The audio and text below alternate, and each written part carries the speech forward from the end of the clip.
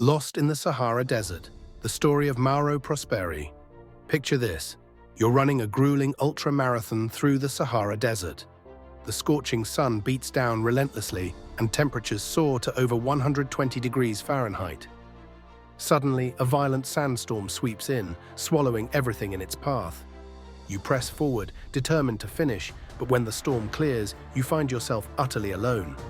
No landmarks, no race markers, just an endless ocean of sand. For Mauro Prosperi, this wasn't a nightmare, it was his reality. What followed was a 9-day battle for survival in one of the harshest environments on Earth. In April 1994, Mauro Prosperi, an Italian endurance athlete, entered the Marathon des Sables, a 156-mile race across the unforgiving Sahara Desert. Known as one of the toughest races in the world, participants must carry their own supplies, including food and gear, navigating the vast desert with little outside assistance. Mauro was no stranger to challenges. As a seasoned athlete and former Olympian, he believed he was ready for the ultimate test of endurance. For 3 days, Mauro pushed through the intense heat and shifting sands, staying on course and keeping pace. But on the 4th day, disaster struck. A massive sandstorm rolled in, blotting out the sun and obliterating visibility. Competitors were instructed to hunker down and wait out the storm, but Mauro pressed on, determined to gain an edge. When the storm finally subsided, Mauro realized he had made a grave mistake. He was completely off course, surrounded by nothing but the endless Sahara. No race markers, no other competitors. Just sand and silence. Armed with only a compass, limited food, and a few liters of water, Mauro began his fight for survival. He calculated that his best chance was to move at night when the temperatures dropped to a tolerable level and rest during the blistering heat of the day. Each morning, he scavenged for dew on his sweat-soaked clothes to wring out a few precious drops of water.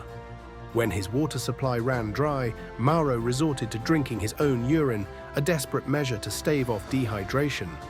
Food was equally scarce. On the 6th day, he stumbled upon an abandoned Muslim shrine where he found bats roosting. Mauro caught and ate them raw, his hunger and survival instincts overriding any hesitation. Despite the unbearable conditions, Mauro's willpower kept him moving. He told himself he had to keep going. For his family. The faces of his wife and children became his guiding light in the vast, featureless desert.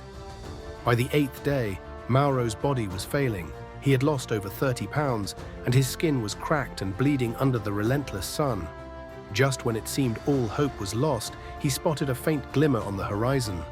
Summoning his remaining strength, he stumbled toward it and encountered a group of Tuareg nomads. The Tuaregs were shocked to see him, a skeletal figure barely clinging to life. They gave him water, food, and shelter, saving him from certain death. Mauro was later transported to an Algerian military base where he was airlifted to safety. Mauro Prosperi's story is one of extraordinary endurance and unyielding determination. For 9 days, he defied the brutal conditions of the Sahara Desert with nothing but his wits, survival instincts, and an unbreakable will to live. His journey is a testament to the resilience of the human spirit. Remarkably, Mauro didn't let this harrowing experience deter him. He later returned to the Marathon des Sables, proving that even in the face of life's greatest trials, the courage to keep moving forward can lead to triumph. Mauro Prosperi's incredible survival story reminds us all of the strength we carry within ourselves. It's a story of hope, resilience, and the power to overcome even the most insurmountable odds. What would you do if you found yourself lost in the Sahara Desert? Share your thoughts in the comments below, and don't forget to like, subscribe, and hit the bell for more unbelievable survival stories. Together, let's celebrate the strength of the human spirit against the odds.